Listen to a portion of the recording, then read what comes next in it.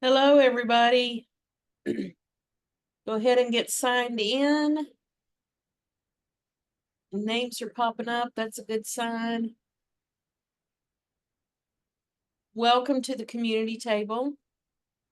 Second part of the series of tools for change talk, motivational interviewing. And I know we have a lot of things to cover today, so I'm not going to waste any more of our presenters' time, and I will just turn it over to them. Thanks so much, Laura. Hello, folks. It's great to be back with you again, recognizing some names now. So that's great and exciting. Just very briefly, want to say that this is part 2 of our session on tools for change talk, motivational interviewing. So we convened last week and kind of started the basics of motivational interviewing. We're digging a little deeper today, and we'll dig in deeper yet in 2 weeks from now. So if this is new to you or you're new to one of our trainings, my name is Ryan. I use they and them pronouns, and I'm one of the co-founding trainers of Heartset Training Center, which is a very small and recent startup offering training around housing first and harm reduction and other best practices for service delivery. Yeah, that's all I'll say there. Excited to get into it. I'll kick it over to my co-presenter to introduce himself. Hi, everybody. My name is Khalil Martin. My pronouns are he, him, and his.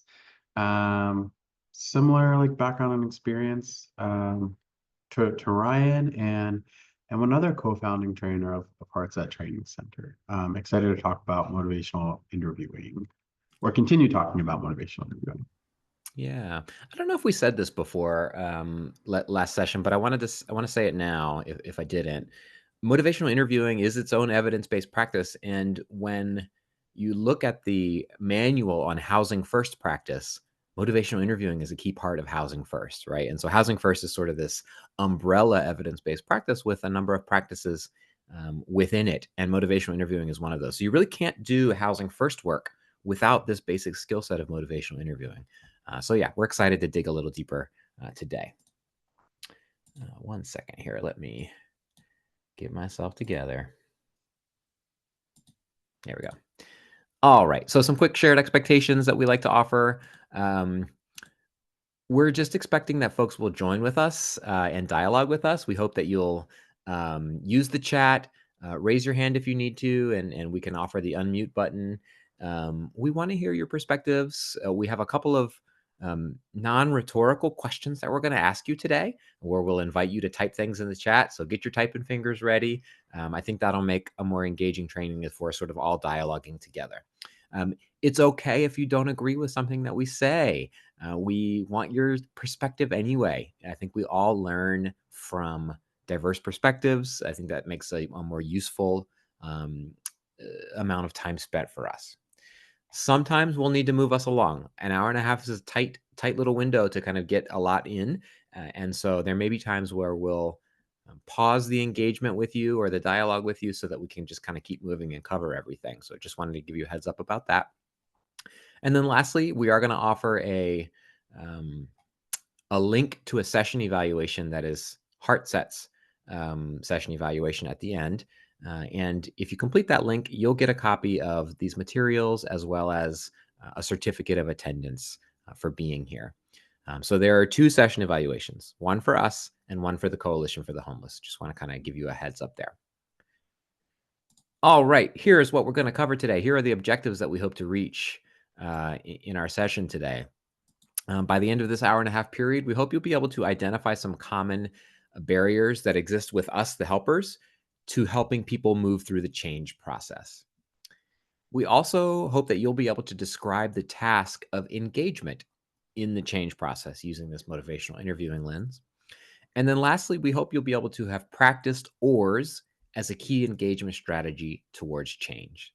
And so we're excited to dig into that a little bit more. Here's how we'll get there. We'll do a very tiny review of motivational interviewing, what we covered last week.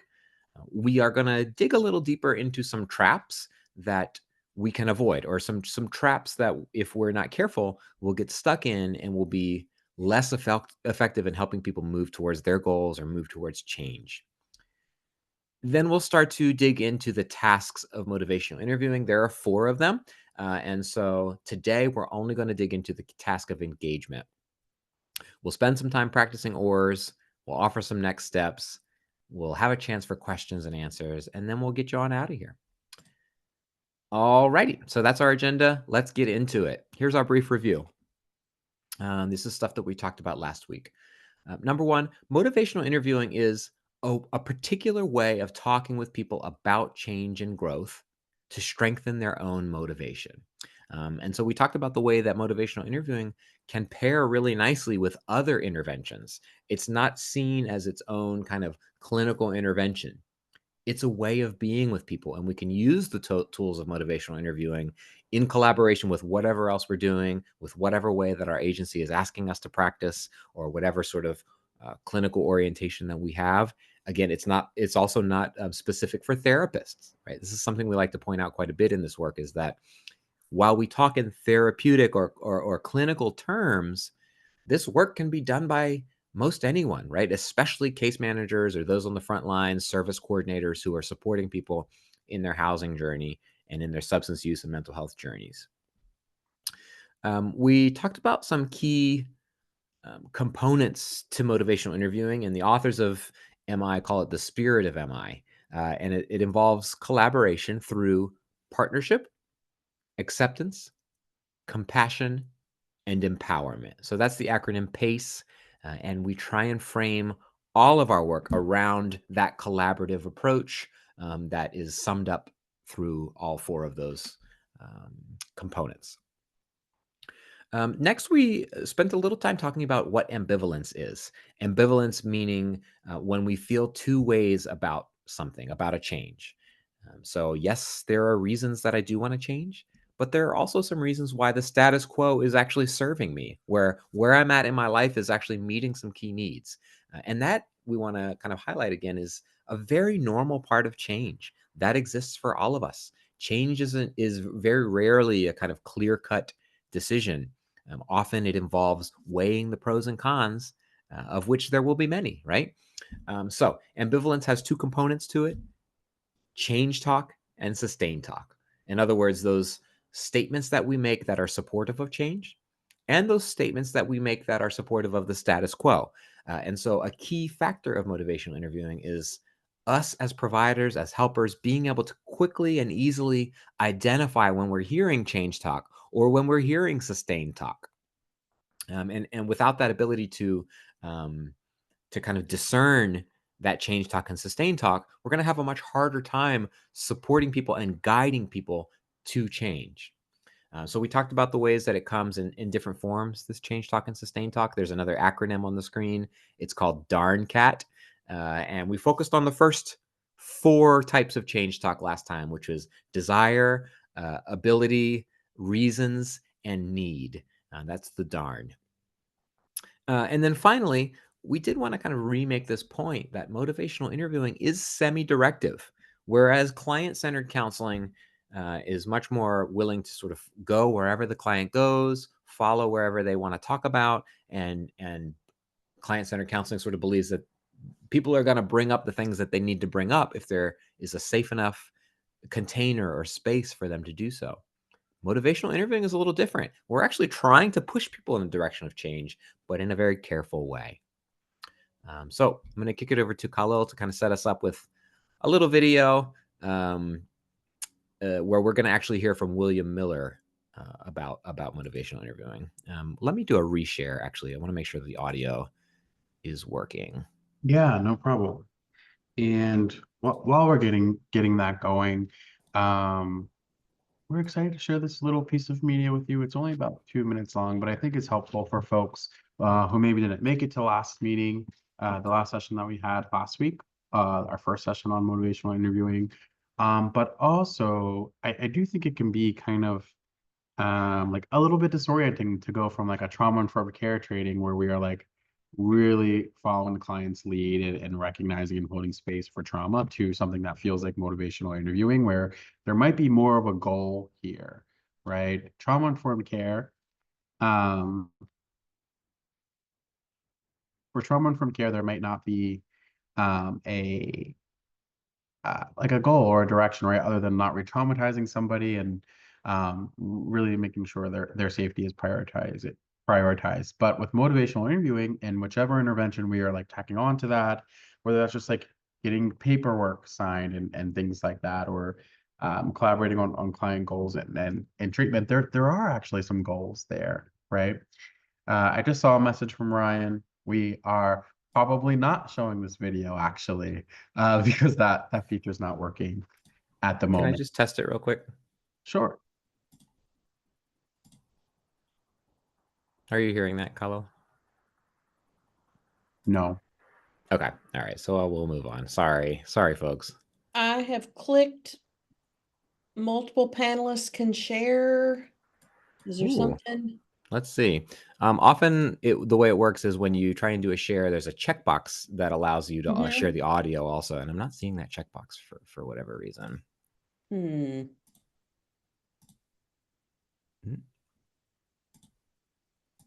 Nope, those are my notes.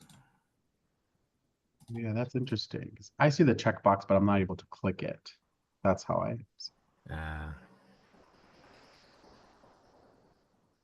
Hmm.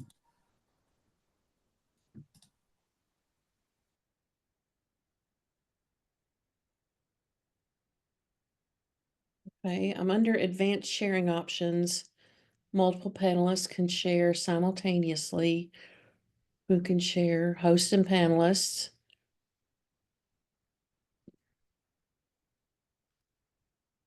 Sorry, Laura. We probably should have talked to you about this. We don't Yeah. usually share videos in our trainings. Yeah, We thought that's we all would just get spicy today. Well, phooey.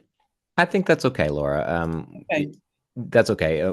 So just for the folks in the audience, we'll include a link to this when we send out some materials.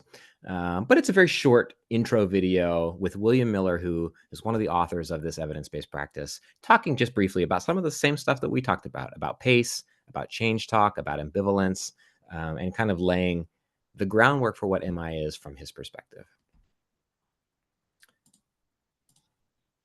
All right, so let's keep it moving then. Awesome. Yeah. The video talks about some of the things I just kind of spewed at you anyway, around it being not necessarily coercive, but it is going to be something that is directional, right? Okay. And this might not be terrible for me and Ryan, because Ryan and I do enjoy talking and we're good at filling space and time and doing that. So the next section we have, Ryan, I don't see the slides anymore. Are you sharing?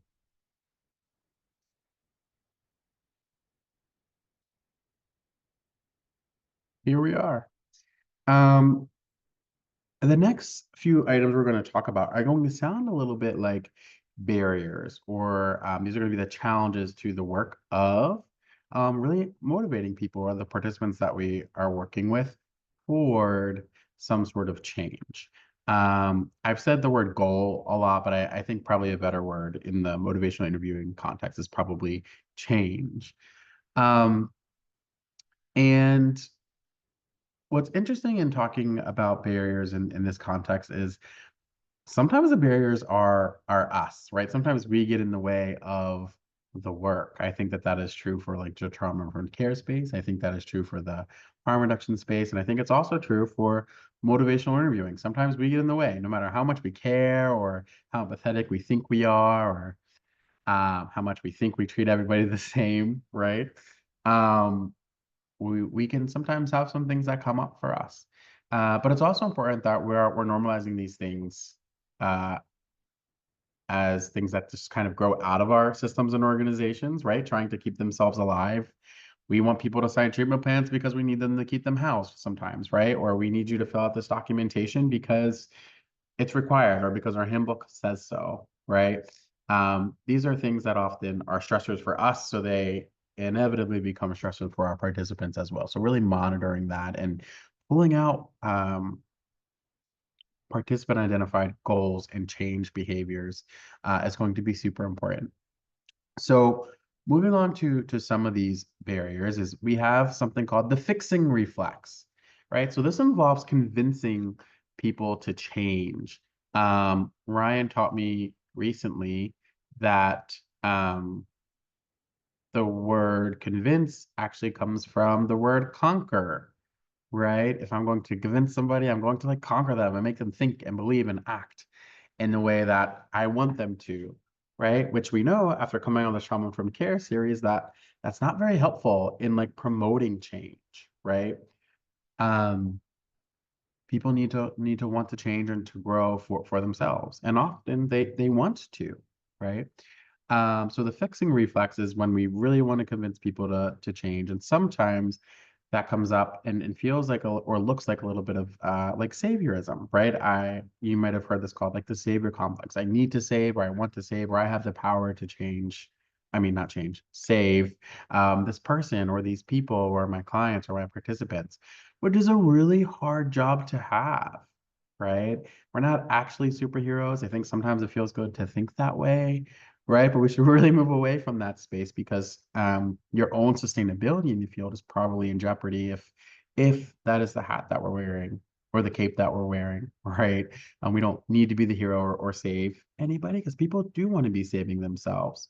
I do want to say that this comes up naturally when you see people engaging in high risk behaviors or just risk behaviors in general, right? Or you see people who are down and out and you have life experience or work history where you've seen this kind of evolve and change in a healthy way for someone, you want to provide that for the person in front of you. But it's also important to keep in mind that people, again, do want to help themselves. And when we feel that desire to fix or to right, sometimes we're not allowing people to engage in or experience the natural consequences of things, right? Or to muster their own motivation for change, right? Um, the image here, hopefully folks understand what this is, but this is like a car you might drive in driver's ed, right? There are some pedals on the passenger side, so that if this like driving student is doing something potentially dangerous, the driving instructor can probably grab the wheel, push whatever pedals they need to push, right? And fix the direction that that car is going or what that car is doing, right? But that's not the point of motivational interviewing. And we want our participants to remain in that driver's seat, and we don't need pedals. We don't need to grab the steering wheel, right? We're just talking, chatting, supporting them in the ways that we can, because it's actually safe to do that, right? In the car, right? We might need those additional supports, but in the context of motivational interviewing, just the person-to-person interaction, it's okay to just walk alongside somebody. Resistance. In the Trauma Informed Care series, we talked about resistance coming up for participants and for clinicians, providers, and helpers as well.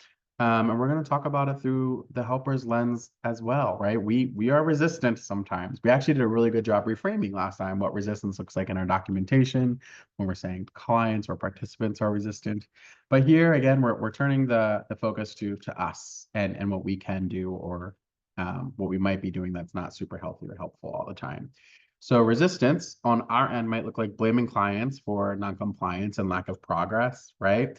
Clients might not be meeting agency goals or organizational goals, probably because they're organizational and agency goals, right? Not collaborative or self-identified goals. And sometimes this is pathologized, right? Or we might say like, oh, they're doing this on purpose because they don't want to change. And I think what I have to say about that is avoidance is just a very common mental health symptom in response to trauma in our lives, right? When something hurts or it's scary or it's different or challenging, we don't want to confront that, right? That comes up in our work all the time. We have work that maybe feels dangerous or uncomfortable or scary sometimes, right? So we want to maybe avoid that in some ways. So we might begin to slap on some labels to folks and pathologize them to make this less scary or normalize this a little bit, right? Which really gets in the way of like any sort of change that might be able to happen, right? If this person just has borderline personality disorder, I just can't help them anymore, right? Or like they're doing this because they have X, Y, and Z, or they're doing this because they hate men, or things like that, I think is what this sounds like. sometimes our own resistance can manifest as a really adversarial approach, right? I think that speaks to the control we were talking about earlier, really wanting to control and dictate a client's change or progress. And then sometimes we engage in our own sustained talk, right? Or discord here, which I think mirrors the idea of like some sort of like confrontation or in a negative way, right? Confrontation isn't always bad, but if we're engaging with discord with somebody, we're probably arguing, right? And I think we maybe had this question, or we started talking about this last week as well. Is like, what happens when we're in a power struggle, right? I think our advice might be to not, right? To stop and to take a beat, come back when you feel like this isn't an argument, right?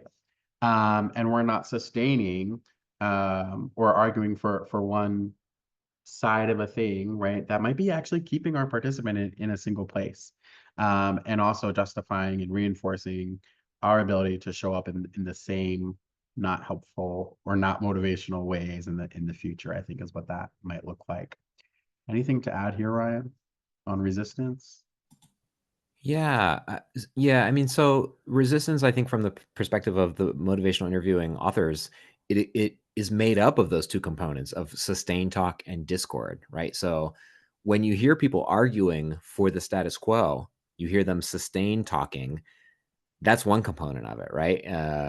And the other part is when you can tell that people feel a sense of discomfort, or when you yourself feel a sense of discomfort with the therapeutic or the working alliance. Right? We're going to talk more about that working alliance, but if people are arguing for against change and there's discomfort in the relationship, what we're experiencing is something called resistance. And so we're going to kind of step into some strategies that we can use on the next slide. But in general, we may just be doing too much talking, right? And resistance might be evidence of that. We're doing too much persuading, convincing, arguing for. And the way to step out of that is to do more reflecting, more affirming of what clients are saying, and sort of just refocusing on what is the point of all of this. So yeah, here's some strategies for dealing with resistance. I think resistance is going to present differently for different folks, but one key strategy is to emphasize folks' autonomy, right? And so we can use statements like, we could go down this path or we could go down this path. It's your choice, right? Or when people are struggling with a decision point, maybe saying, nobody can decide that for you, but let me know if I can be of some support. Right? Let me know how I can help you in that decision. Or you can say, hey, this is a big change that you're considering, or this is a major problem that your landlord has with you, or the program is really struggling with your behavior lately. You have some options here. Let's talk about them, right? Maybe closing some of those option-based discussions with a statement like, I wonder what you'll choose to do, right? So continuing to allow people to recognize that they are in the driver's seat whenever possible. There are times probably when there are no choices available, but when we can, we should always be seeking to sort of provide choice and emphasize that choice, especially when there's resistance happening, right? Don't tell me what to do. That kind of attitude, even if they're not like literally saying those words, has to be met with, you know what, you're right. It's your choice. Let's look at the options together, or you tell me what you want me to do, right? The second strategy on the screen here is shifting attention. And what we're shifting attention away from blame and labels, which can come up as kind of components of resistance, right? People may say things like, do you think I'm an alcoholic? Or they say I'm an alcoholic and that's not right. These things, these labels, or this like sense of blame that people are kind of walking around with. And they're asking you really, whether they're literally saying the words or not, do you blame me for this? What words do you use to talk about me, right? Am I just another person with this like stigma to you? And so the strategy here is to shift attention away from those conversations, right? Rather than say, yes, I do think you have the diagnosis of substance use disorder. We can say, I don't really care to get into a conversation about labels. What I really care about is your well-being and helping you stay housed and be as healthy as possible. What are the things that we need to do to make sure that that's true, right? So we're focusing on people's strengths, we're focusing on their well-being, and we're focusing on the choices that they can make, rather than get into this blame and labeling game that is not going to be supportive of change. The next strategy is to simply apologize. We talked about this a bit in trauma-informed care as well, but really, people will snap at us sometimes, and I think we can quickly say, you know what, you're right. I was pushing too hard there, or I was trying to convince you in a way that didn't feel right. Apologies for that. Tell me more about what your perspective is, right? And so, kind of always shifting the attention back to the person. After we've done our apology, because when we're needing to apologize, it's probably because we were doing too much talking, too much convincing, too much kind of authoritarian approach. And people are responsive to that. They're resistant to that, right? So apologizing and shifting attention back to them. Another way that resistance will show up is when people use a lot of yes, but statements, right? And they're always kind of like stuck in this sustained talk mode. Don't you love staying in this apartment? Yeah, but blah blah blah blah blah is happening, and my neighbors really hate me, and there's all the reasons in the world for not making a change. So it's always yes, but, right? When we're hearing a lot of yes, but, that may be indicative of the fact that the client is not hearing their own sustained talk reflected back to them. They feel like we're painting an uneven picture of their ambivalence, right? And so that may be true. We may be leaning too heavily into the pros of change and not giving back to them or reflecting to them what they see as really important in terms of the sustained talk, right? So the pendulum approach is to listen to that sustained talk and reflect it, right? Whereas in general, motivational interviewing says, no, reflect back the change talk because they'll do more change talk. When they're yes butting you, reflect back the sustained talk a little bit and then shift into your change talk, right? Reflecting change talk. It gives people an opportunity to feel like they're being heard and that it's a balanced conversation. Lastly, and this is very similar to reflecting sustained talk, is the come alongside method, where we feel like we're doing a lot of convincing. People are resistant to that. And they're not saying any change talk. They're kind of stuck in sustained talk mode. We can kind of amplify that sustained talk a little bit to get some wiggle room. So you might say something like, maybe you're right. Maybe it's too hard for you to make that change, no matter how important it is. Right? Or maybe you would say, you know what? Maybe you'll just need to keep on doing those drugs, regardless of the consequences.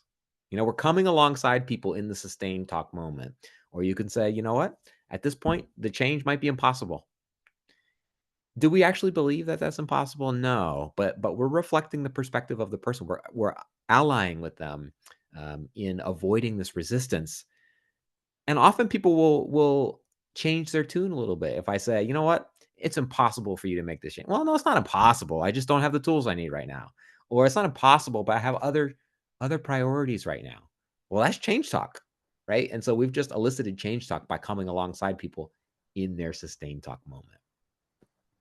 So those are some strategies for dealing with resistance. Again, resistance is thought of not as a client problem, but as an us problem, as a helper problem. We need to do something differently in our approach to avoid resistance. So I wanted to share with you a couple of other traps that we can get into.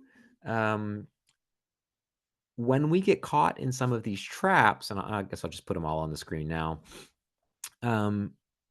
it's going to take us much longer or make it impossible for us to help people move towards change, right? And so these are the 4 traps that are identified in motivational interviewing. And I want you to be thinking about your own practice because I want to ask you about it once I'm done explaining these. But the first trap is the expert trap. And so this is when we kind of take that stance of authority, right? I'm trying to solve their problems for them, which can lead to people feeling restricted, like they don't have much choice, or that you're not understanding them, right? If you only wear your expert hat, you know what? I've seen this so many times. I've helped X number of people become stably housed and exit homelessness, and I've helped this many people with substance use disorder. If I only wear that expert hat, it's not very person-centered, right? It's actually centered on me and my expertise, and I'm not understanding what the person is experiencing. So my tips here would be to really whenever we communicate or whatever communication we do it with the intent to collaborate. It's always about collaboration. And so you still do get to be the expert of your work, but your expertise should not be placed on a higher pedestal than the lived experience of the person that we're serving. And that collaborative relationship emphasizes that. So we're appreciating people's strengths. We're appreciating that they have wisdom and knowledge about their own lives and that their self direction is a priority for us, right? Um, so we can be experts, but we do so in the context of a collaborative relationship. Next is the persuasion trap. And we've talked about this already a bit today, this idea of trying to convince people.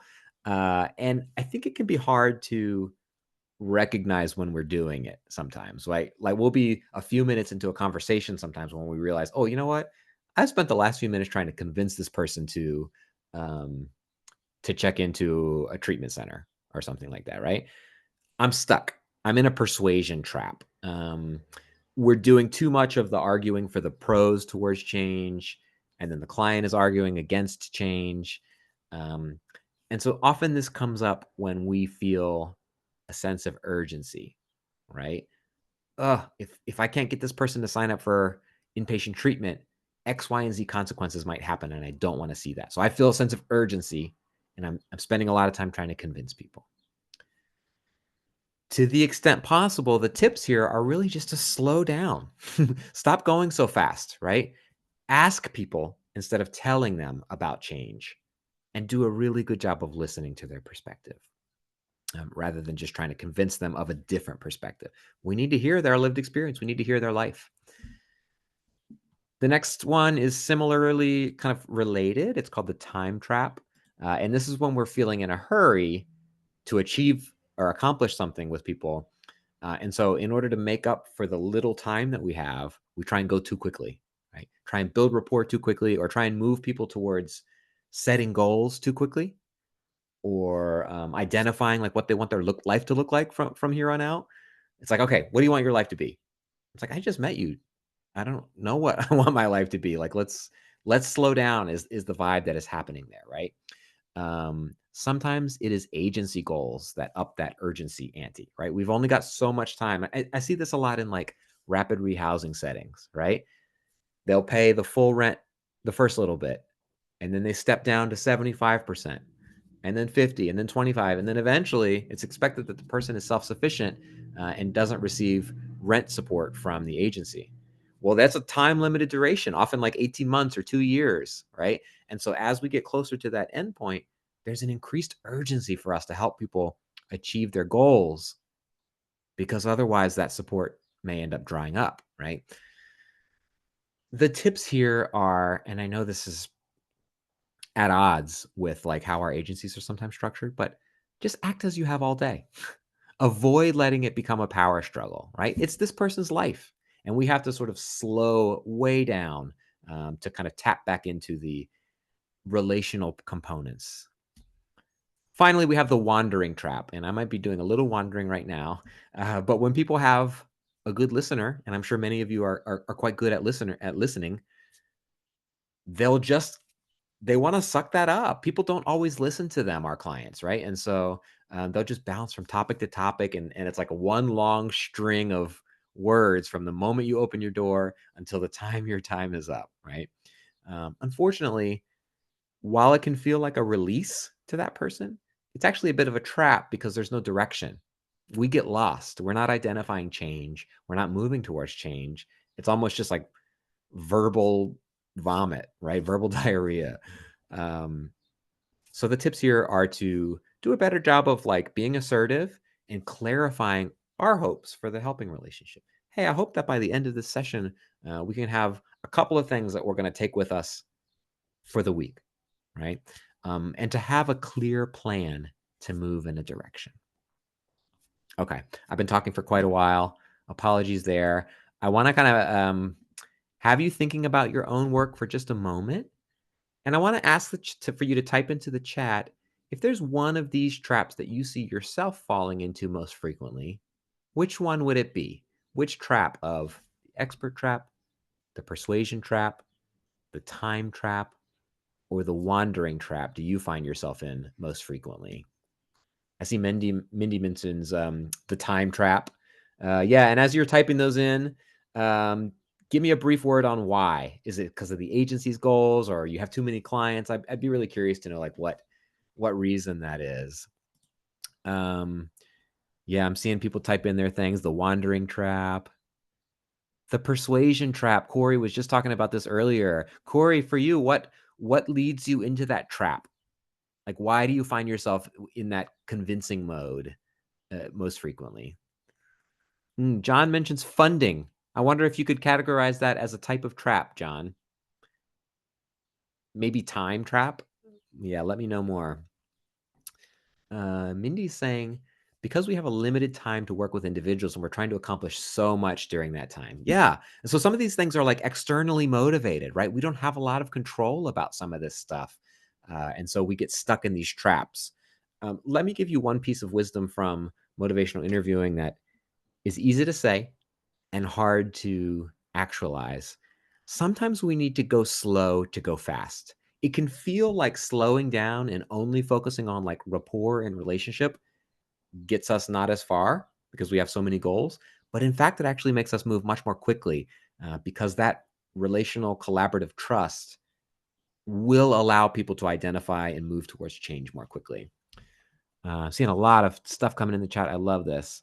Corey says, it's the values that draw me to the work. Wanting to contribute and assist others is putting my sense of self-actualization above a client's goal-setting process. That is such a self-aware statement, Corey. I appreciate you saying that.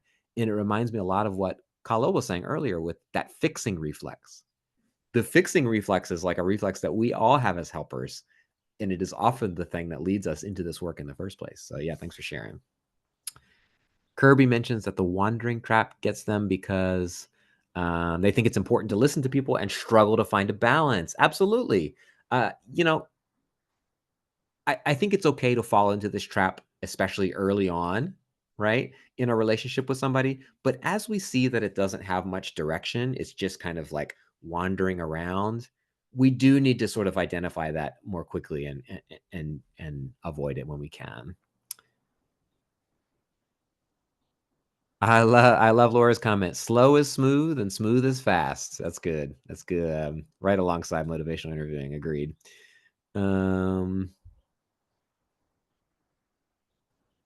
Yeah, so I see another comment here. When knowing the best of some of the individuals I work with is just beyond their current barrier, it drives me to want them to be able to overcome and stick to the goals they have set for themselves. Yeah, so there's a like on a level of urgency because you can see a breakthrough just around the bend, right? But yeah, going slow enough to allow that to actualize can be hard. All right. Thanks for this great feedback, y'all. I'm glad you're able to kind of identify what's happening for you. There's another question on the screen that I don't want to spend as much time. I want to keep us moving. But the question is, how do you work your way out of that trap? And I've given some tips, but I just encourage you to, as you're learning to identify those traps for yourself, also learn ways out of them, right? Okay. So the next kind of component of this training series is to talk about the 4 tasks of motivational interviewing. It used to be called the 4 processes of motivational interviewing, but the authors of the model are in this place where they're like, you have to achieve these tasks in order to best support change. So they call them tasks. And today we're only going to focus on one task. But as a very kind of brief overview, I want to kind of get us into an example here. So we met this person last week, this like client scenario. And this is a person who has communicated to us their frustrations of street homelessness. They're not super happy about their being on the street and being street homeless. And we have the opportunity to bring them inside, right? To help them become housed in a permanent supportive housing program. But they're refusing to sign the paperwork, right? Like they're not doing this thing that is going to lead to such great changes in their life. And we have this requirement. We have to get this paperwork done in order to get you housed. They're refusing. So my question to you, and turn to the chat, please, if you would, is what do you see as maybe the top couple of tasks that you need to do? What's on your priority list as a case manager, as a service provider, when you encounter this person early in the relationship? What are your steps that you need to achieve? Maybe give me like a rank ordering of 3 things that you would want to do with this person.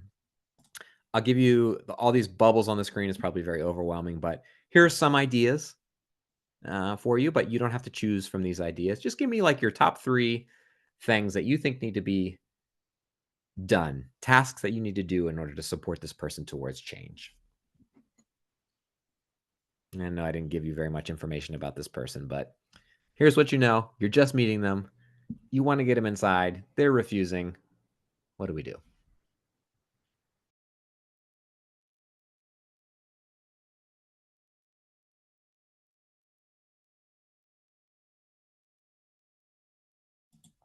I'm giving folks just another little bit to type and think, because this is a little bit of a harder question.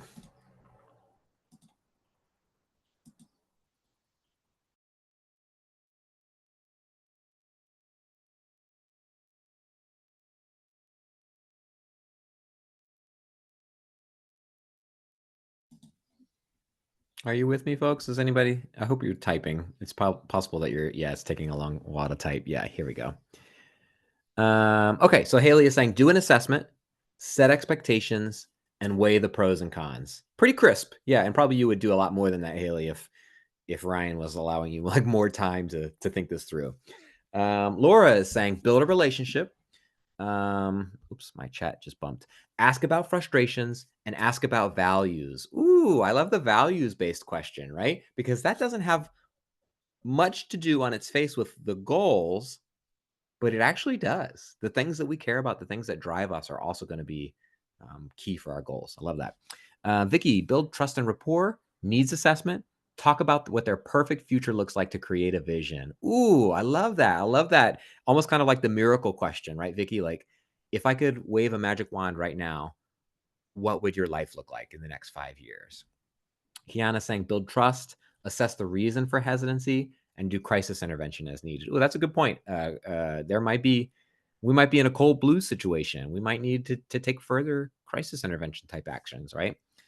All right, last one I'll read out loud is Corey's. Determine their values, understand how their values motivate their goal setting, assess their needs, and channel their values-based motivation towards next steps. Corey, I'm getting the sense that this is not your first motivational interviewing rodeo. That's a good one. Okay, let me cut to the chase, and I'll tell you what motivational interviewing says about the tasks that we need to work towards. So the number one thing that they say, or the very first foundational thing that they say, is engagement, right? We have to do this hard and sometimes slow work of building a relationship with somebody. And a lot of you said that, right? You mentioned that.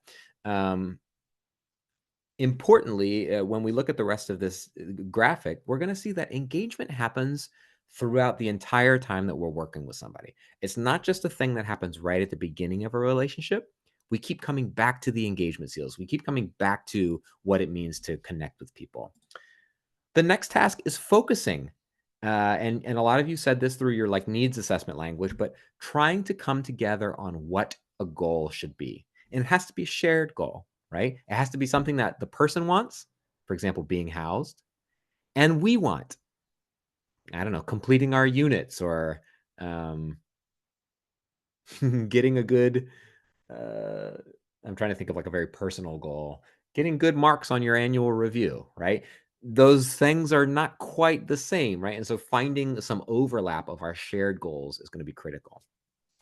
The next task is evoking. And a lot of you spoke to this, but once we understand what the goal is, we have to understand why. Why is this goal important to you? Right? We have to make a case. We have to let the person make a case for why they actually want to make this change. Otherwise, we're not sure that they're maybe just telling us what we want to hear. Right? So why do you want to make a change? And that's where we get into a values-based discussion, as you all mentioned. And then finally, we are in the planning task. It's the nitty-gritty of like, how are we going to get there? What are our SMART goals? What supports are you going to need? How can I help? And again, I'll kind of point our attention to the way the graphic looks, which is that each one underpins the other one. We set a foundation, but we don't stop doing all of them, any of them, as we move up the chain, as we move along the timeline. Okay.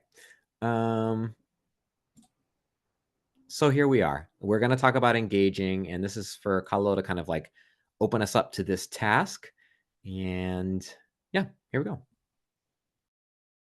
Awesome. So this is a fluid kind of model, right? Ryan was sharing, but I do believe the idea of engaging being pretty foundational to the rest of the pieces there, right? If we have good engagement with somebody, it's going to be, I think, the other tasks of focusing, engaging, planning, or evoking are going to come much easier, right? When we have something established, we have good and healthy engagement with somebody, right? So some of this is going to sound very similar to some of the things that we've heard in the trauma-informed care training, right? But engaging specifically is going to be the process of establishing mutually trusting and respectful helping relationship. There is mutual respect here, and there are some norms in the ways that we're engaging. We know that collaboration was one of those principles, one of those key principles of trauma-informed care. And that's going to be the same here. We want to be thinking about through the motivational interviewing context. So we have establishing that relationship, and then empathic listening. What's it like to just listen to our participants and our clients and what they bring to the table? We also want to make sure we're being as non-judgmental as we can. Um, and a general rule of thumb here that I think is healthy to be thinking about is to devote 20% of time, especially during during initial interactions in this is in just speaking, right? 20% of our time is us, right? 80% should be from our participants or from our clients. Is that correct, Ryan? I don't know Well, if I'm it's sort of like you might have a conversation that involves like goal planning, right? But every conversation should involve at least 20% of engagement type skills, right? Even though we felt like we've already built that relationship, we continue to come back to that and engage for at least 20% of our interaction. Thank you. That's helpful, right? So it actually doesn't have to be your participant talking for 80% of the time, but utilizing 20% engagement skills, right? Am I asking questions? Am I learning? Are we talking about things that's maybe not directly related to the work, but could be helpful? I loop competition reality television into my work and my conversations with clients and participants on a pretty regular basis, right? And that is engagement. That is my participant getting to know me being able to like draw parallels, like real life things into like this other space, right? And we're just engaging. We're building rapport here and building a relationship. And also suppressing the urge to get down to business. And this is going to be quite difficult, right? Because we have a time crunch. I was talking to some medical students a couple of weeks ago who they're doing this thing called like practicals, right? They're practicing being a doctor, kind of like role play. And they have 12 minutes, right, to get people's trust and gain people's trust and talk about some really vulnerable health things, right? So that probably definitely impacts the care they're able to provide in that time frame, right? They might be very like, okay, down to business, what's wrong, right? Luckily, the folks in this space probably aren't physicians, right, or responsible for direct medical care. We might actually have a little more time than 12 minutes, but we definitely do understand there being a time crunch in the timeline to like house folks and the timeline to just engage with somebody in a specific session or like a case management meeting of some sort. There are going to be some things there that are not in our control fully, right? But we want to be able to navigate them, or hopefully we're able to navigate them in creative ways. Maybe this is just going to take multiple sessions, right, before we can get to the actual change behaviors that this participant is looking forward to. The ultimate goal here, the question we want to be reminding ourselves of or keep coming back to is, can we walk together, right? That is engagement, right? Can we do this thing collaboratively and alongside each other? And there are some skills that help us do this, right? And that's going to be the next section the next section that we move into. And it kind of expands on some of these bullet points that we have here already on the left of the screen. But we're gonna break these down a little bit. And that first skill we're going to talk about is welcoming and emotional safety. And how you might do that is by building, right, or creating a sense of welcoming and safety for folks. So clients and staff need to feel physically and psychologically safe, right? I have a feeling that not a lot of positive change will be done if folks don't feel safe, right? If you think about the changes or the big changes you've made in your life, you've probably made them with a significant amount of safety, even though there might have been some risk there, right? There are things that came with that risk that made you feel generally safe. And it might have been the headspace you were in, or maybe the physical space you were in. But also interpersonal communication should promote a sense of trust and care, right? How we are engaging with people impacts their ability to engage with us and to do the work sometimes, right? If I am responsible for meeting with somebody on a consistent basis and all we're doing is talking about documentation, our communication needs to be pretty good and pretty healthy, right? My participant will need to be able to tell me when they're struggling with specific documentation or they have questions about specific paperwork that they're signing, right? And that is a way we might start to build trust or a sense of trust and care in a helping relationship. We also want to learn about our participants in advance if we can, um, to learn triggers, what sets people off. I think we can also learn about participants from them still very early. We might add this on to the idea of engagement, is letting folks let us know who they are.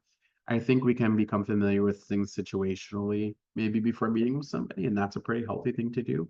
Is this participant coming to me after being recently evicted, right? And trying to think about the headspace they may be in there. And I also think about who you have socially in your workspace to maybe be talking about and collaborating with around specific client or participant cases. And that might look like the idea of a warm handoff, right? You engaging with another case manager, another therapist, another helper in some way to discuss a client case. In a way that is promoting change, right? Not, oh, tell me everything about this participant and why they're going to suck and make my job hell, right? It's like, no, like, how can I support this participant, this client, right, in the changes they want to see in their life? And then listening to client histories without judgment. The next slide is actually about what we can be doing to embrace the idea of non-judgment. We talk about this a lot in the harm reduction setting, but it's going to be really important to be reflecting on our own state of mind, right? Before we are sharing our concerns with somebody, we should know the headspace that we're in. Am I in a healthy space to share that I'm concerned about somebody? Or is this going to come off as combative, right? And become a really unhealthy conflict, right? Me against my participant rather than me and my participant together.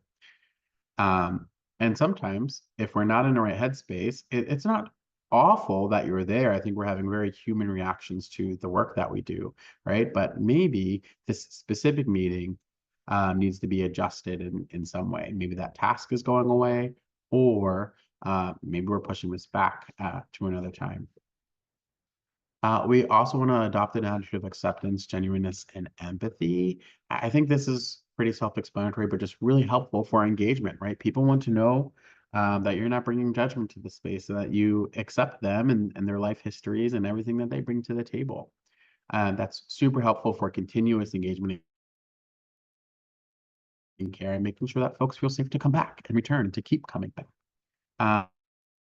Uh, we also want to be letting folks know verbally that we're listening, right? And I think this can be done in very simple ways. It can be like simple statements. It doesn't have to be like asking really long and drawn out questions, but they're like, like, tell me more about that. Or I see, things like that, right? You are listening to somebody, they should know that you're listening to them. So what are the ways that we're communicating that? We can communicate that verbally, but also with our body language, right? We can be nodding our heads, leaning in.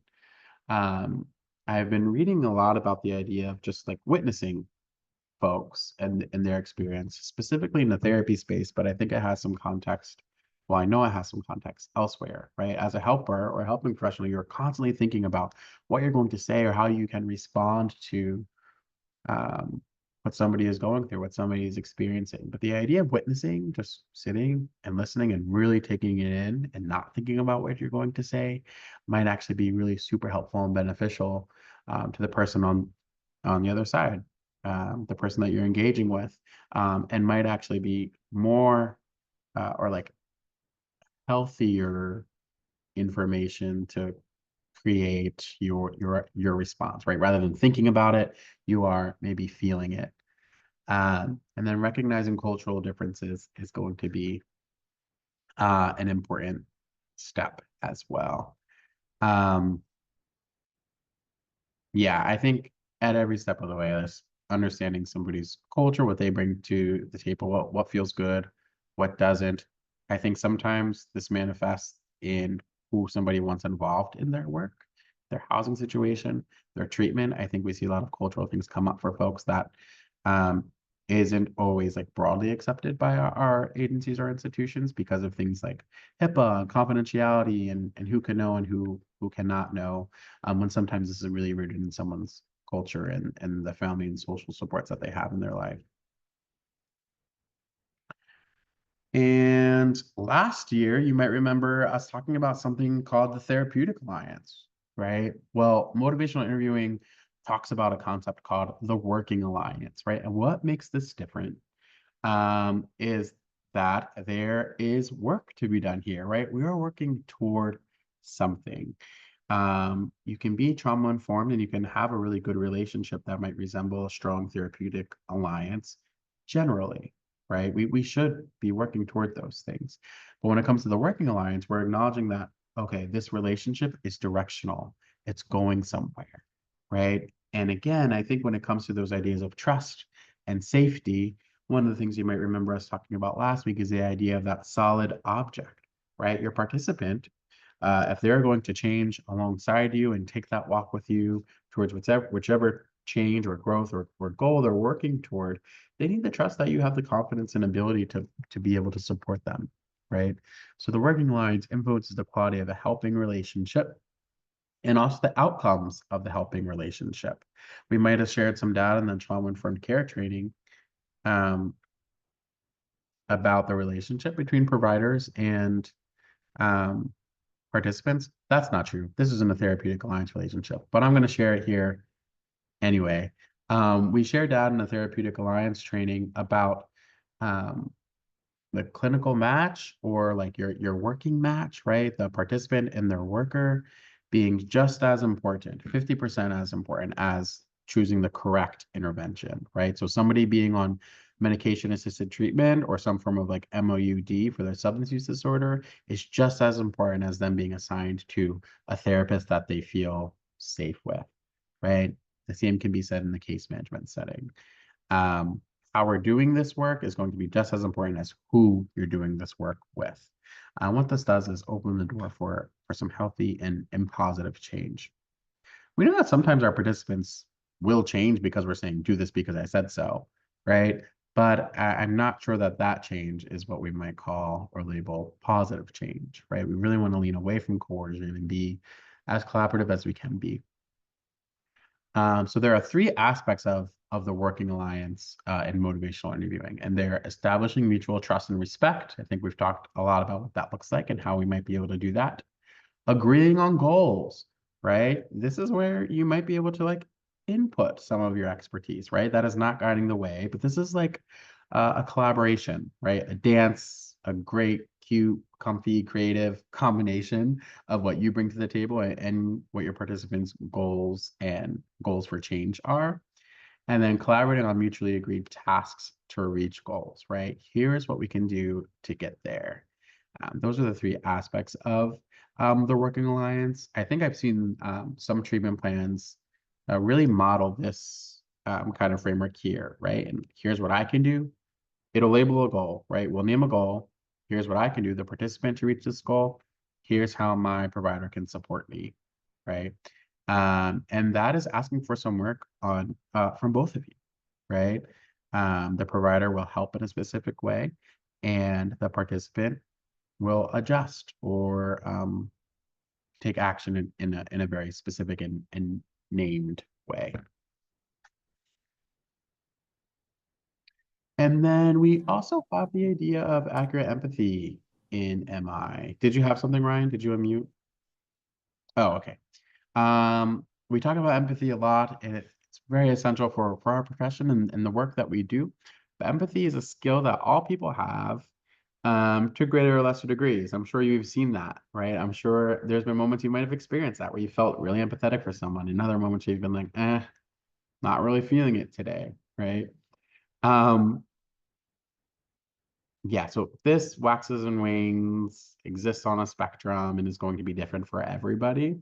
But to be empathetic or to try, if we feel like empathy is sort of further away from us, we know it's going to be important to the idea of connecting with somebody if we're going to be engaging in motivational interviewing. And it's going to include understanding our sense of what someone else is thinking and feeling, right? This is, I think, like social work 101, psychology 101, case management 101, right? Is what is it like to be this participant right now? And accurate empathy will directly influence engagement. I think people in general like to feel seen and heard, right? You probably like to be seen and heard when you're talking about hard things. Um, the skill of listening well. Ryan, can you talk about this one? External and internal empathy. Yeah. So yeah, just importantly about this slide, like we're talking about empathy, and I know you all understand what empathy is, but just want to emphasize that it is a skill. It is like an active process that you do. And so that's why we mentioned that like everybody's got empathy, but some people are better at it, and we can get better at it ourselves, right? So the skill of listening well, or like being accurate with our empathy, not just having empathy, but like really tuned into what somebody is actually experiencing instead of just what we interpret them to be experiencing, involves an external process, right? Our reflections, our mirroring that we do, which we're going to talk about more. It's, I'm responding to what you're saying out loud. My nonverbals, as Khalil mentioned earlier, also my verbals are responsive to this person while they're talking, but also having an internal sense of curiosity about what they're experiencing. Like, I wonder what's happening for them is happening inside our head while we're hearing somebody, while we're listening to them. And so it is that curiosity that drives us to become more accurate with our empathy, right? Oh, I think what you're going through is this. Oh, not quite. Maybe it's this, right? And so we're just like driving closer and closer towards more accurate empathy as we combine like our external components with our internal components. Thanks, Ryan. And then we could also test our guesses about what the person is saying, right? We don't want to just be speaking things into space and not have any idea of if we're on the right track, right? I guess that's how we know if our empathy is actually accurate, right? Is we're receiving feedback. And sometimes a participant won't give us feedback unless we are asking for that out loud, right? Very directly. So it may look like, does that sound right? Right? Or there might be specific skills. You might have heard this in like another training setting or maybe in your schooling, but the idea of like paraphrasing, reflective listening, which we'll talk about more here, the idea of summarizing, are also opportunities for our participants to let us know, yes, this is how I'm feeling, or actually, no, that's not what I mean. Yeah. So kind of a component of that listening well that we were just talking about is that like external part of it, the mirroring and reflection. So this slide is about the skill of mirroring and reflection. So I just want to define it for us. Um, Mirroring is when we sort of become a mirror, right? That reflects back our understanding of what the client is saying and what they're experiencing. And so the way we kind of go about mirroring people is by, as Kalo mentioned, like voicing our guesses about their internal experience and then testing those guesses with them, right? About what they're trying to convey. Um, I guess kind of an important part of this is true for communication for every human being, right? Um, the thing that we interpret people's meaning as may be very different from their actual meaning, right? And there can be cultural reasons for that. It can be like specific language skill reasons for that. It can be just like lived experience reasons for that. So many reasons why Somebody says something and they mean something, and we take away a different meaning from it. It's not malicious. It's just like human communication, right? So there's a number of like places where people's meaning gets tangled. Maybe they don't say exactly what they mean. Maybe they're hiding something, or they're nervous, or they're not feeling safe yet. Um, or we may physically hear them incorrectly, whether it's because we're distracted, or we're not paying close enough attention, or it's loud out in an environment, right? And then lastly, our interpretations of what was said may not match what we actually heard, right? So there's all these places where people's meaning is not going to align with our interpretation of their meaning. And so part of what we're doing with mirroring and reflection is making sure that I'm offering the correct empathy, that I'm truly understanding your experience, so that I can then understand where you want to go in your change process, right? There are a number of roadblocks that can come up when we're trying to engage accurate empathy, or mirror and reflect. Um, we can, and I don't want to. These things are not like wrong in and of themselves, but they're not mirroring, right? So when we agree with something somebody said, or when we disagree with something somebody said, that's not mirroring, right? Like that's not understanding what they're saying. That's our own opinion. When we tell them anything, when we are distracted, when we're suggesting things to them. Oh, have you tried this? That's your problem. Have you tried this? That might be a very useful thing for you to do, but it's not mirroring. And so this engagement task that we're in involves setting aside all of those types of things, where we're giving warnings to people, or we're interpreting what they said, what we think they meant, or where we're trying to persuade, or even when we try and reassure people, oh, it's not going to be that bad. Everything's going to be okay. Well, that's not mirroring their actual internal experience, right? And it can actually get in the way of our understanding and helping people move towards change. Um, I will say that I'm very guilty of asking a lot of questions when I'm interviewing people, or when I'm engaging in initial rapport building with people. So they'll tell me a thing, and I can't stop myself from like asking follow-up questions that lead us down a rabbit hole that they didn't intend to go down, right? And so when we are trying to test people's meaning, our understanding of people's meaning against their own experience, it shouldn't necessarily come in the form of questions. It should be very natural in conversation, right? So when I ask you to kind of check into the chat for a second, or not in the chat, but out loud to yourself. We're not going to hear you, but we just want you to say it out loud in whatever room or space you're in. Try to ask this question, right? Listen to what it sounds like for yourself to ask this question. Are you feeling anxious? Versus make a statement. You're feeling anxious. Those are the same exact words that you see on the screen, right? But when we remove the words that indicate we're asking a question, are you, and we inflect our voice downward instead of upward, we've turned that same set of words into a statement, not a question, which can engage a more natural flow of conversation, right? You're feeling anxious. No, I'm not feeling anxious. I'm feeling really upset. Oh, you're actually angry right now, right? Now I have a clear understanding of what they're saying, instead of sort of grilling them, or like being some expert who's putting them on the spot, right? A question feels different than a statement. It's more pressured, it's more demanding, there's a power differential there. Here, we're engaging in statements, right? And so you can keep doing reflections using statements that will feel more natural as we're trying to mirror what people are saying. Yeah. Okay. So here we want to get to kind of one of the core skills of motivational interviewing, or a set of skills. And we've already talked about one of them, which is reflective listening. We'll dig a little deeper there. But the four key skills, or the four core skills that are used all throughout motivational interviewing, and it starts in the engaging task, are open-ended questions, affirmations, reflective listening, and summarizing.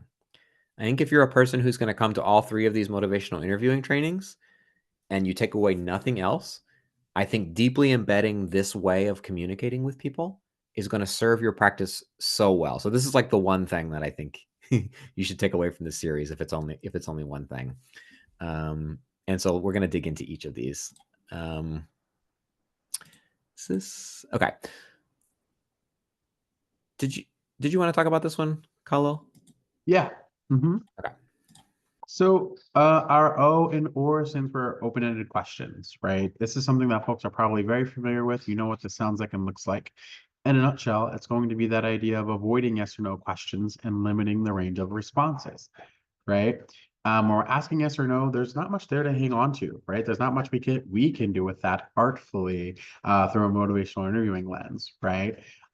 So some examples of open-ended questions you might see over here on the right side of our screen. It might look like, tell me what it's like to live on the streets, right? That's not like a yes or no.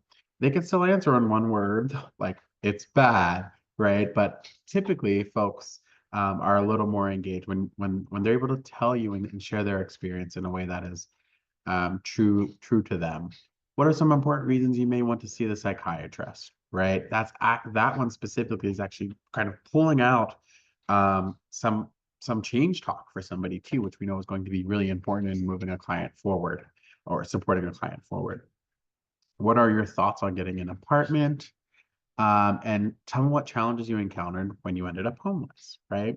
What these might look like outside of this might look very general, right? It's not always treatment specific, but just like what's on your mind today, right? How are you hoping I can help? Or what are your hopes for our time together? I think is a great one, regardless of our work context, right? So open-ended questions, again, really allow people to like let you know and fill you in about what's actually going on with them and their experiences. It makes us the learner, right? And helpful for resisting that expert trap that we talked about. Do we have time to practice, Ryan? What do you think? I think we do. I think it'll be quick. Okay. You don't think so? Yeah. No, let's do it. Yeah. Let's So this is actually the same kind of case, little blurb vignette that we talked about a little bit ago. But despite communicating her frustrations of street homelessness, your client refuses to sign the paperwork required to house her. So something she might say might sound like this. I've been living out here for a decade. I don't want to sign anything else. It's just too much. I just want to move in. Um, how might we respond in a way that resembles an open-ended question, right? So avoiding yes or no and putting us in a position of a learner here, but might bring about some change talk.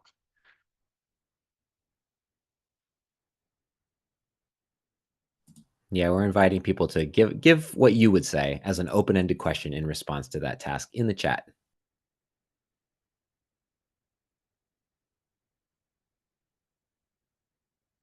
And while folks are typing, I think another thing we can think about is, do you see a goal here or a change here that this participant wants to be moving toward?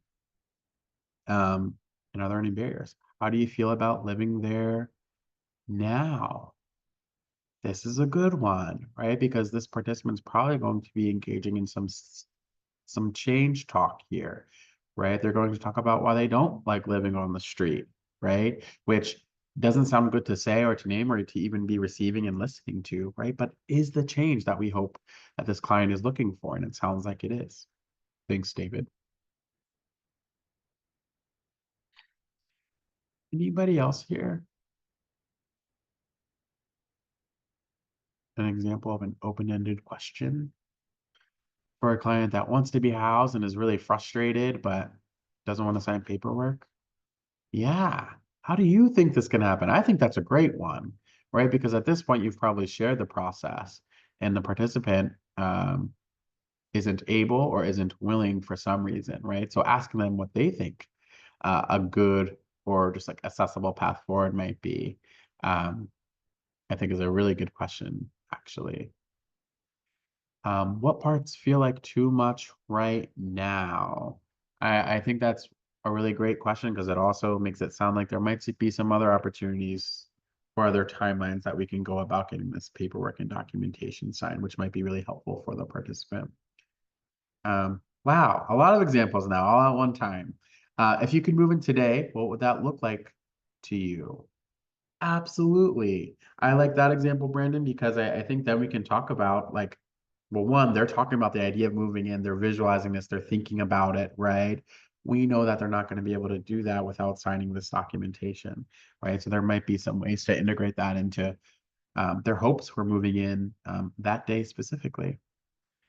William provides looks like a good reflection and then asks a question. William says, I understand you're not a fan of the process. Would you like to take a break before we can finish the task? Yes. This might not be super urgent, right? Our participant is saying, hey, I might need to slow down, maybe, right? Or that they're tired or frustrated with the paperwork. And maybe they're like, no, I need to sign this paperwork. What do you mean, do I need to take a break? Right? I think might be the change we might see or as a potential option there. What's happened for you to feel this way now? And how do you think this will affect your chances of getting housed? Yeah, because and that is the change behavior, right? That is the goal. This participant wants to be housed, and they're saying that, right? So I think there are many opportunities here to really pull that out and be creative with our response to that in a way that sounds like an open-ended question. Yeah, I'm so proud of so many of the things that you all are saying. And I know you all are quite skilled at your work. And so that's coming through in the chat. I want to pick on one of the answers just for a quick moment because I think it is a good answer. And also, I want to kind of like read it through a motivational interviewing lens. So, William's recent chat item that says, I understand you're not a fan of the process, reflecting good empathy there, right? Would you like to take a break before we can finish the task? I think this is not an example of an open-ended question.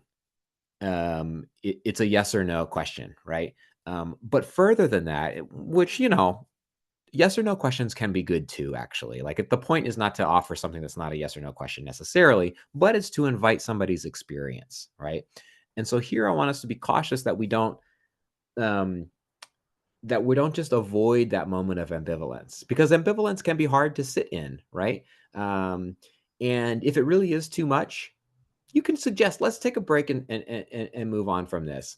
But here, when they're sitting in this ambivalence moment, it is a good opportunity to invite further discussion about what they don't like about living homeless, or what has been challenging in the past towards completing um, paperwork, because maybe that gives us an opportunity to reflect on something different. In this case, though, I think um, what are the problems with how you're currently living is probably the direction I would go. Because if you start talking about problems with doing paperwork, I think we get stuck in this power struggle of paperwork, right? We're not moving towards change. We're stuck in the status quo. Um, so yeah, just some thoughts on motivational interviewing that I wanted to share there. I love what you said though. Thanks, Ryan. I really like the idea of affirmations and being affirming. But it's important to know that this is going to be different than praise, right? If you think about the feedback you've been given in your own life, sure, it feels good to receive a pat on the back and be told, good job, right? But it probably feels better when someone says, oh, wow, like you're getting really great at your layups, right? Or, oh my gosh, this lift has improved by I don't know, 50 pounds, right? Like, as specific as we can be, the more encouraging that that's going to feel, right? For somebody on the other end of that. So again, this is very strength-based. We're pulling out strengths, highlighting them for participants, which is going to reduce some defensiveness that they may be experiencing. And we're leaving out the I, right? Like you're not impressing me. You're doing something really great for yourself, right? So some examples here might be, in spite of these setbacks, you keep trying to quit using. You are very resourceful. You took a big step in coming here today. And again, this is different than like, I'm so happy you came in today, right? Which again is not bad, right? But we are acknowledging like the work and the difficulty and the challenge that it is for our participants to do some of these things sometimes, right? You took a big step in coming in here today. It's not about me, right? This is about you. It's a good idea for how you can avoid situations where you might be tempted to drink. So these are all going to come from things participants are saying directly or things that we are observing them doing. That was a really quick run through of what this looks like. But let's say you have a client who's had their leg amputated due to their IV substance use. And they express fear over a new wound on their arm that's growing and growing, right? but they don't show up for their wound care appointments, but they're also really scared, right? They might say something to you that sounds like, I'm sorry for missing my appointment. Hopefully I can get this checked out soon. I can't go through another amputation. What might be a way we affirm something in our participant here? And this really kind of like bleak, almost like scary and an uncomfortable situation, right? They didn't show up again. They're at risk of another potential amputation, right? It might be hard to think of something that feels affirming for this person. But think about this statement. Sorry for missing my appointment. Hopefully I can get this checked out soon. Can't go through another amputation. What's something we might be able to affirm for this participant? As you're typing, I'll just say there is this distinction that we make between a simple affirmation and a complex one. So a simple affirmation might be one that is responsive to something somebody just did or said, whereas a complex one might speak to their character. And so we can offer a range of these things. And I'm wondering if, to me, I see some character stuff that we could speak to here.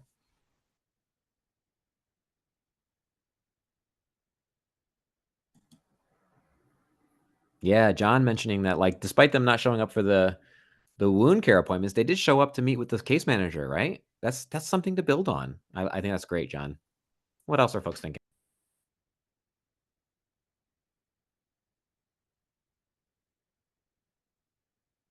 Thank you for showing up to your meeting.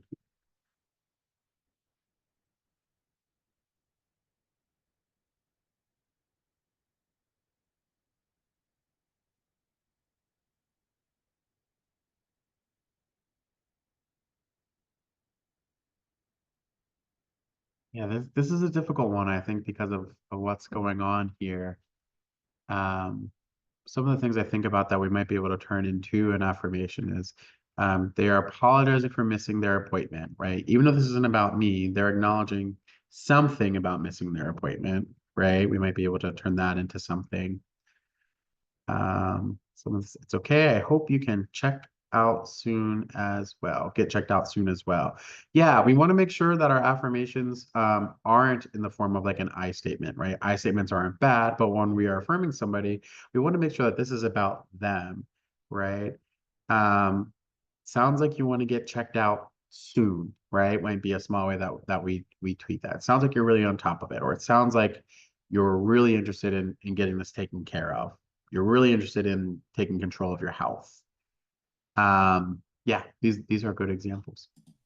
I love that one about you're really interested in taking care of your health. We see some examples of them not taking care of their health, but they're still thinking about it, right? And so that like character component of like you care about your health is something to build on.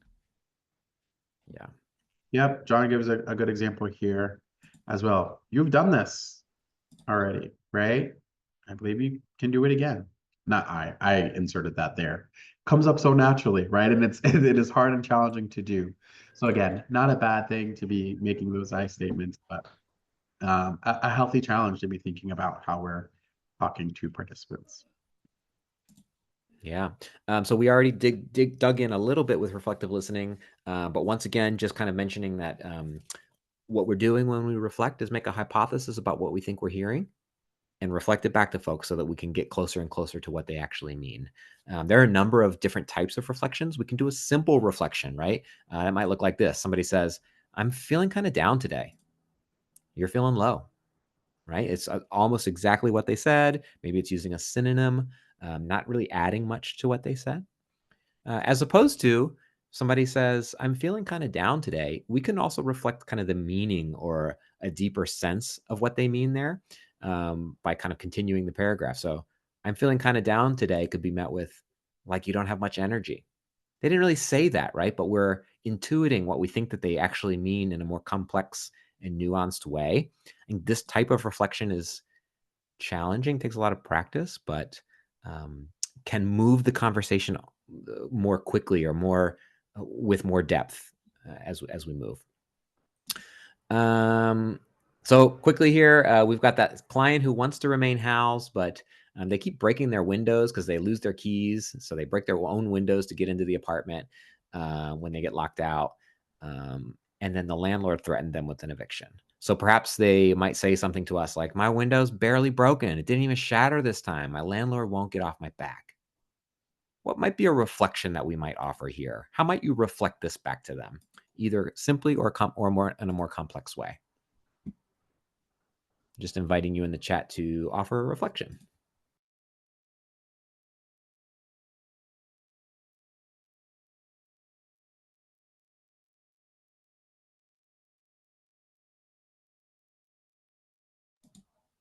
That must be very frustrating, David says. Nice. Yeah, you're picking up on their frustration. Why is the landlord even on their back so much? Must be frustrating. Yeah, I like it. Nice and simple. What else? Yeah, Mindy also picking up on that frustration. You seem pretty frustrated with the landlord. Yep. They're kind of like focused more on the landlord thing than they are about the fact that they're losing their keys and breaking their own windows. They seem to not care about that as much. Sorry for that siren.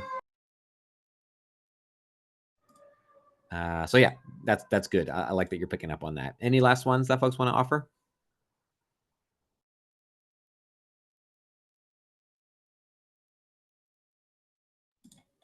I might even kind of tag onto that, Mindy, and say, it seems like you don't see the windows breaking as seriously as your landlord does, right? So kind of highlighting that there's a discrepancy between the value that they place on that event.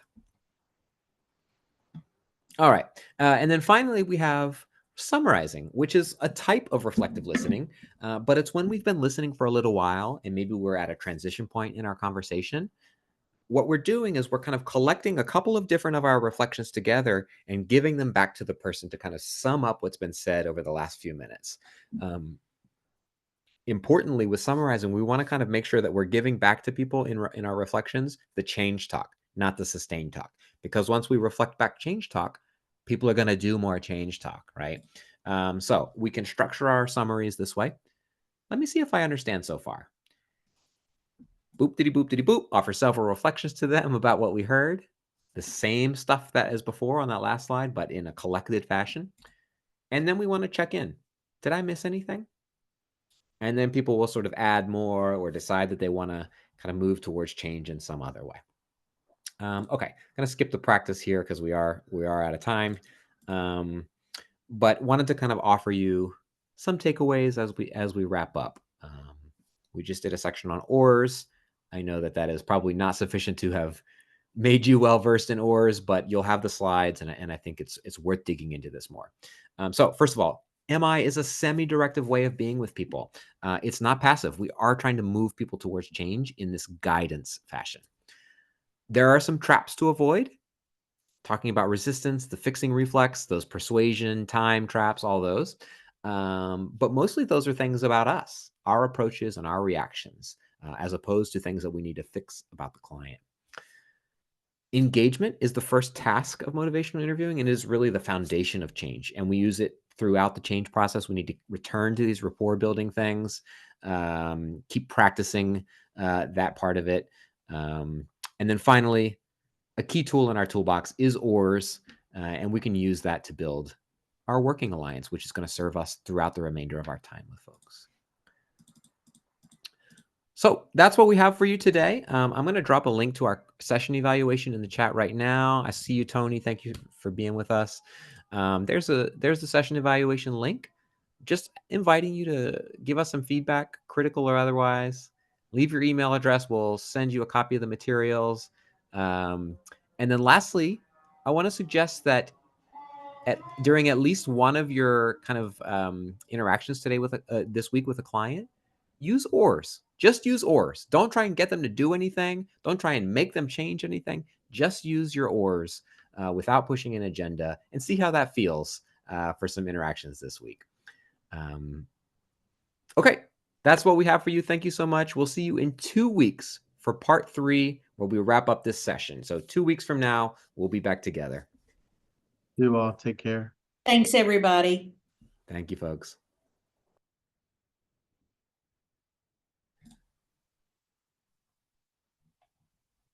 Ooh, Laura, I don't know if you're still there, but I'm noticing that I maybe gave some folks some confusing instructions, so they're putting their email addresses in the chat. I wonder if you can, if you can like just send me a copy of the attendees or something. Yeah, I'll do. Cool. All right. We'll see you in a couple weeks. Thank you.